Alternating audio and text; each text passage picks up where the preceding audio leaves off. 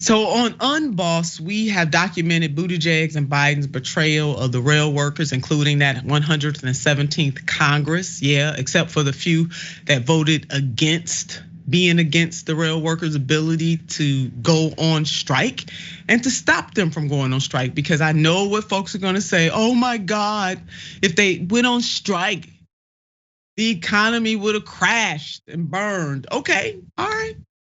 Then give them what they were asking for. And all they were asking for was sick days, which they still do not have. So on Unbossed, we continue to cover this.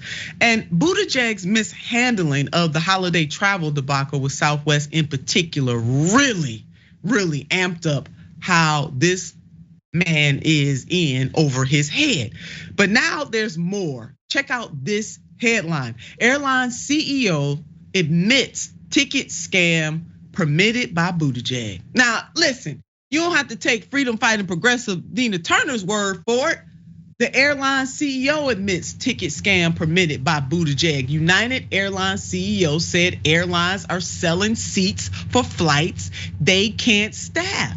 But Buttigieg hasn't acted on state officials' demands that he cracks down. Not even since the Southwest debacle. Not even when attorney generals across this country, both Republican and Democrat, pleaded with this man to do something to regulate these airlines because they were taking advantage of the people of this country, even well before the Southwest blow up.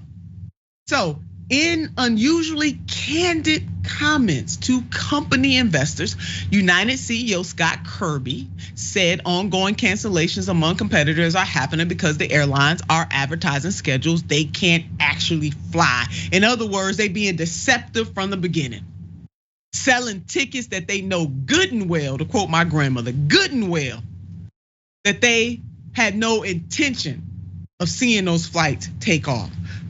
At all, no intention whatsoever. Now, furthermore, complaints against the major US airlines, including United, more than tripled in the first year of COVID-19 pandemic, as companies routinely sold tickets for flights they could not adequately staff, canceled the flights at the last minute, and slow walked or withheld funds while collecting billions in taxpayer bailout dollars. Thank you, the lever, Jessica. Pete Buttigieg, man, I'm not surprised. This guy is a McKinsey consultant that got appointed to a position because Barack Obama made a phone call and asked him to politely drop out, probably offering the concession of giving him a position in the administration because he was doing quite well and they needed to consolidate power behind Biden to ensure Bernie wouldn't win. That is why he's in this position. His background as a McKinsey consultant certainly doesn't qualify for this job because he's in a position where he should be protecting consumers and the American people, ensuring that we have effective transportation. He's not doing that. He's very clearly looking out for the companies, just like he did for McKinsey. I'm not even gonna mention being mayor of South Bend because Notre Dame's a college town with a tiny population that doesn't qualify him to hold public office or fight for the people. So who does Pete work for at the end of the day? Because he'll go on MSNBC and CNN and he'll say stuff like, we're prepared to take action. And I don't think there's anyone less prepared to take action than a bureaucrat who says that on MSNBC and CNN. And look where we got. He didn't take action. So what's going on here? Is Pete just being offered from these CEOs, you know what, after you're out of office, we'll give you very high dollar payment speaking engagements for you to politely do nothing at all in the short term and nothing in the long term either about regulating us so we can continue to exploit the public.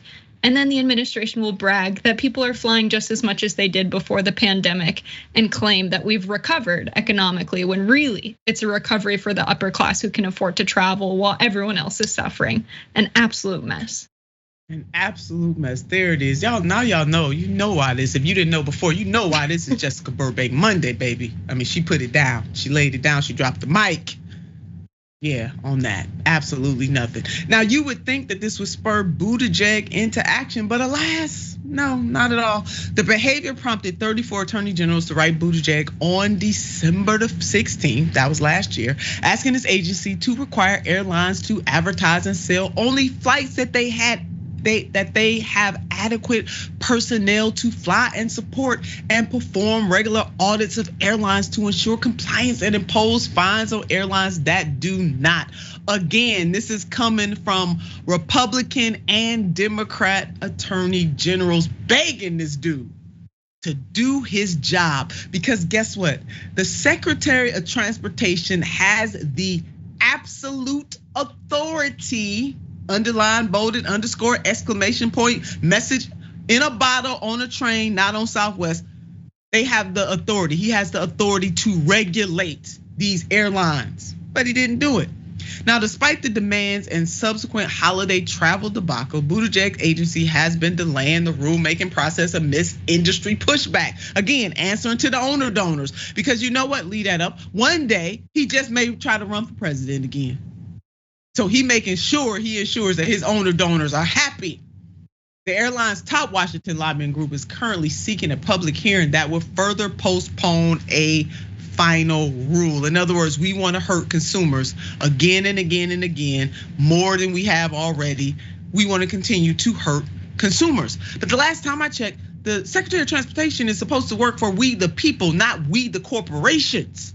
Maybe somebody needs to send Buttigieg that message in a bottle and not on a plane. So we're seeing history repeat itself, much like Buttigieg caved to the rail barons. He's caving to the airline executives, scamming the system and robbing people of their hard-earned money. And my stunt double did call him out. She didn't hesitate. This is what she had to say, and I'm amen in what she said. Secretary Pete does not care about American consumers. He continuously put corporate interests over the people. When you are a bureaucrat or an elected official, that's supposed to go the other way around. You are supposed to be working for the people and not for the corporations. I mean, hell, if he wanted to do that, he might as well went on just because stayed at McKinsey. Oh, I sighed deeply on this one.